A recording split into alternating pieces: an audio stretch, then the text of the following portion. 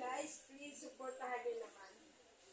Ayan si bibigyan si gumawa sa atin ang kaibigan. So, para na ginamit yung dati sa anak ko Ito na po yung apat na alulod. Nakuha ko na. At ipapakita ko sa inyo kung ano nangyari. Dadaling ko po siya dun sa labas kasi pagsasama-samahin ko sa i-junk shop na to. Ayan. At ipapaliwanag ko sa inyo kung anong nangyari dito. Ayan. Ha? Ayan, dala-dala ko na yung pang-apat na alulod.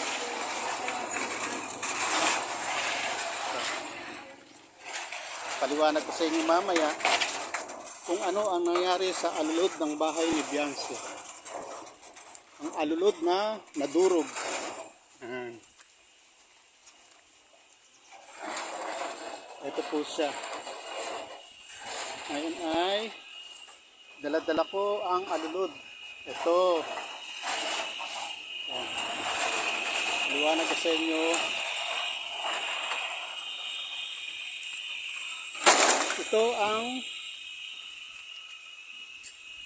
Ito yung ibinaba kanina na alulod. Ito na yung nangyari sa alulod ni Biancy. Ito. Ayan, ayan. Kung makikita nyo, napapansin nyo, durog na siya. Ayan. Ito yung original na butas para dito dumaan yung tubo. Diyan nakapasok yung tubo para diyan dadaan ang tubig.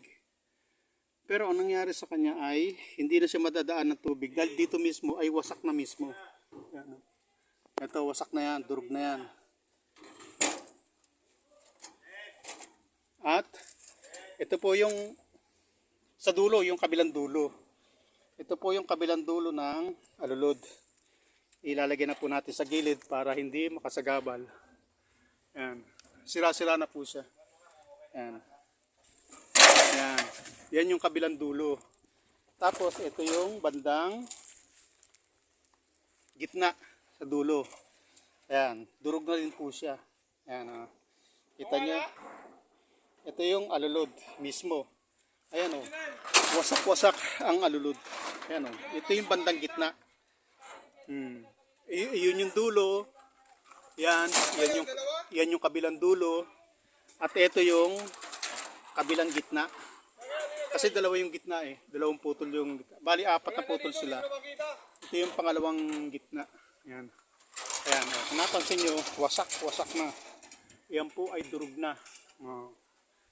Yan yung panggitna. Pangalawa. Kita nyo? Ayun, durog-durog. Hindi na aagos yan sa tubo kasi siya mismo, sa gitna mismo, durog na. I-junk shop na natin. Tabi natin para hindi makasugat. Yan. Yan. Yan po ang gutter. Yan po yung tinanggal ngayon. Ibinaba ngayon. Yan. Durog na, di ba? Tapos ito naman yung pangalawang gitna. Yan. Kung napapansin nyo, durog na din. Yan o.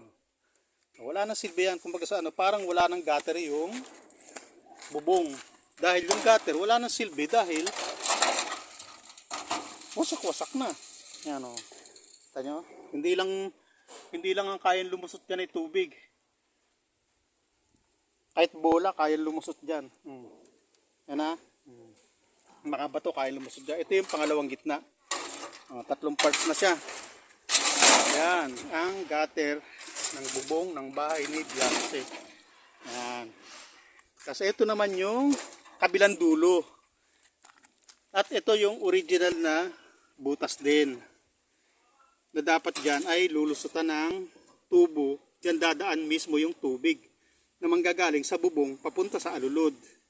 Pero baliwala na rin yung butas na yan kasi mismong dito ang dami ng butas. Ayan o. O paano pa makakarating doon ng tubig? Eh dito pa lang mismo tutulo na siya. Dahil durug-durug na ang alulod. Mula gitna. Ang hindi nga nadurog yung dulo eh.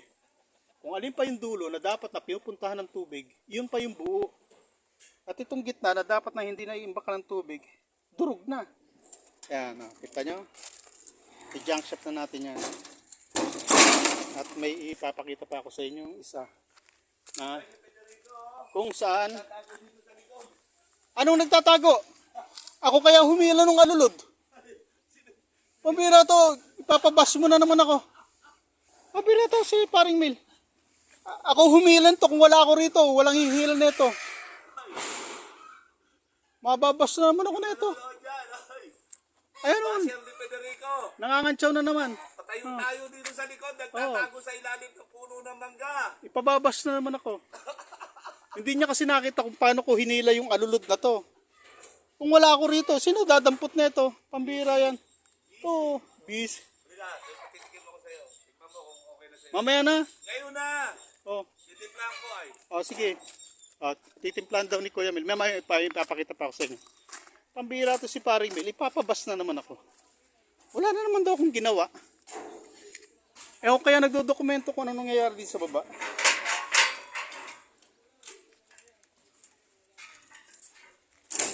Papasok pala to.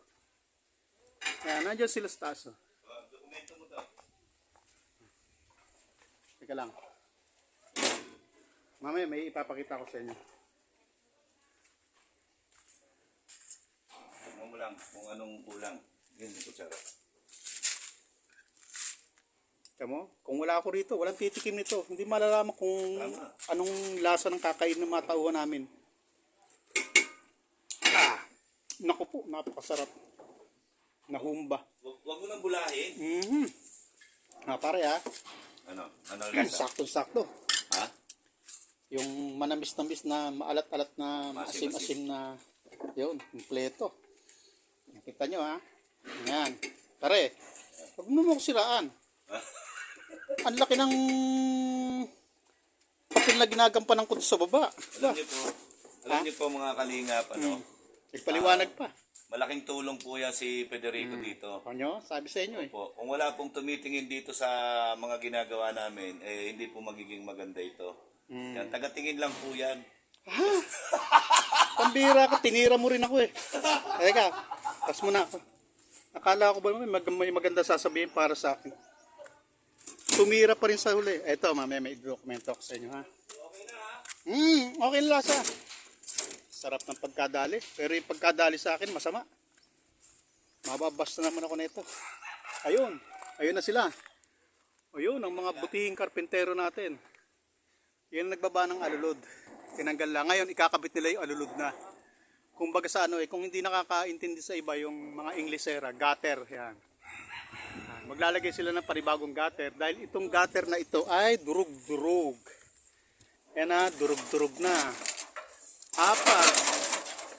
Apat na dugtong-dugtong yan. Kaya apat na dugtong-dugtong din. At ito namang isang natukoy ko na sasabihin ko sa inyo.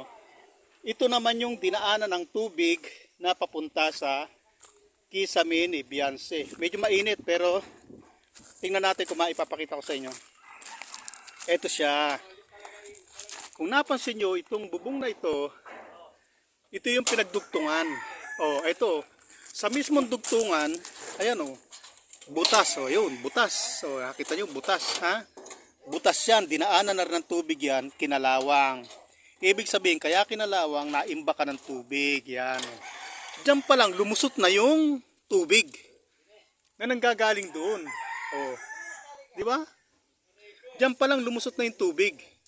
At kung napapansin nyo, ito yung dugtungan kasi ito yung may bulkasil. Ito yung may bulkasil. Kaya kitang-kita natin ang diferensya mga kalingap. Yan Ito yung natuyong bulkasil. Ayan. Yan yung natuyong bulkasil. Tas dito pa lang sa mismo ito, dumaan ang tubig kasi butas. Ayan butas Butas kinalawang. Diyan pa lang dumadaan na yung tubig. Di ba? Napansin nyo? Diyan pa lang dumadaan na yung tubig. At ito, pagdating sa dulo, nakakarting pa rito yung tubig. Ayan kita nyo. Kinalawang din yung dulo. Butas na butas, warat na warat. Kinain na ng kalawang. Ayan. Paano hindi lalakas ang tulo? Dahil dito pa lang mismo, ayan na kahit ilang balding tubig makukuha dyan. Kasi kung mapapansin nyo, ayan, butas na butas diba? Nandyan yung bulkasil na pinagdugtungan. Ayan dito yung dugtungan, nilagyan pa ng bulkasil. Pero, Ano magagawa ng bulkasil? Eh, warat yan. Oh. Kita nyo, kita ilalim. Kita nyo? Yan. Yan ang naging problema. Diyan dumaan mismo yung tubig. Di ba? Oh. Ayan pa, oh. Ayan, oh. Durug. Hindi lang isa. Ilan yan, oh. Ayun. Meron pa doon. Oh, kita nyo? Ito yung kinuha namin yero. Ako mismo ang dumampot ito sa baba. Kami ang dumampot ito. Nung ibinaba ito, kami ni Kalingap Acid. Kami nagbuhat papunta rito. Kaya tukoy na tukoy ko kung saan nanggaling ang tubig. Yan. Maididetalye ko sa inyo yan sa vlog ko na to. Yun mismo pinagdaanan ng tubig. Ayun.